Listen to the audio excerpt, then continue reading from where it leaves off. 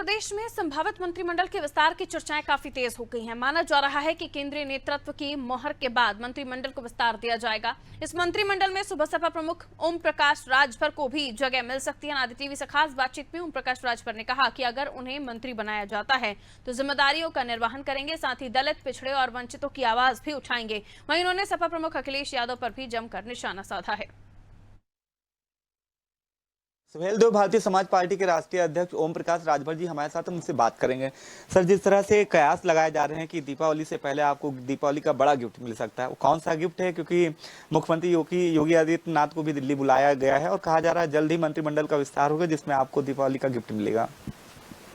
कि आज माननीय गृह मंत्री जी से और माननीय जेपी नड्डा जी से माननीय मुख्यमंत्री जी मिलेंगे। कल बैठक है, दोनों डिप्टी सीएम और संगठन और प्रदेश के सभी वरिष्ठ मंत्री बुलाया गया है दिल्ली, और 24 के चुनाव पे चर्चा, सरकार में कौन कौन लोग शामिल होंगे उनके नामों पे चर्चा, और कब शपथ दिलाई जाएगी कल दिल्ली में इन सब पे चर्चा होकर के फाइनल होगा।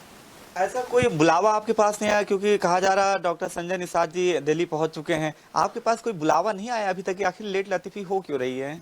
हम देखिए, हम मंत्री बनने के लिए परेशान नहीं रहते। आपने देखा कि मैं मंत्री पद खुद छोड़ दिया था, क्योंकि पिछड़ों के हक के सवाल पे हम लड़ते हैं, वंचितों के हक के सवाल पे लड़ते हैं, तो हमारे लिए वो सबसे बेहतर है।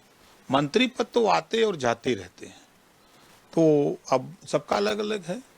तो हमारा तो अपना मानना है कि बैठक होगी, जो डिसीजन होगा, जो कुछ भी होना है, तो राज्यपाल को शपथ दिलानी है, दिल्ली तो शपथ होनी नहीं। अच्छा, आखिरी सवाल मेरा ये है कि अगर आप मंत्रिमंडल में शामिल होते हैं तो जिन मुद्दों को लेकर आप मुखर रहे, चाहे योगी वन में रहे या हमेशा रहे, उन मुद्दों को लेकर आप हमेशा उन मुद्दों को उठाते रहेंगे सरकार में शामिल होने के बावजूद भी?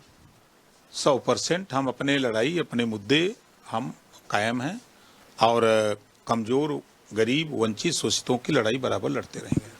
देखिए, आप भाजपा प्रमुख ओम प्रकाश राजभर जी थे, जिनका साफ कहना है योगी वन में वो कैबिनेट मंत्री थे, लेकिन जो लड़ाई थी गरीबों की, दलितों की, वंचितों की, पिछड़ों की, वो बराबर लड़ते रहे। उन्हीं के हक में ही जाके वो मंत्रिमंडल से इस्तीफा दिया था, और अब अगर उनको दोबारा योगी 2 में अगर मंत्री बनाया जाता है तो उनकी जो जिम्मेदारी है उसका निर्वहन करेंगे, और जिस वर्ग के लिए वो लड़ाई लड़ रहे थे वो सरकार में रहते हुए भी उस वर्ग की आवाज बुलंद करते रहेंगे। वीडियो जर्नलिस्ट अनिल सैनी के साथ अनूप चौधरी, अनादि टीवी, लखनऊ।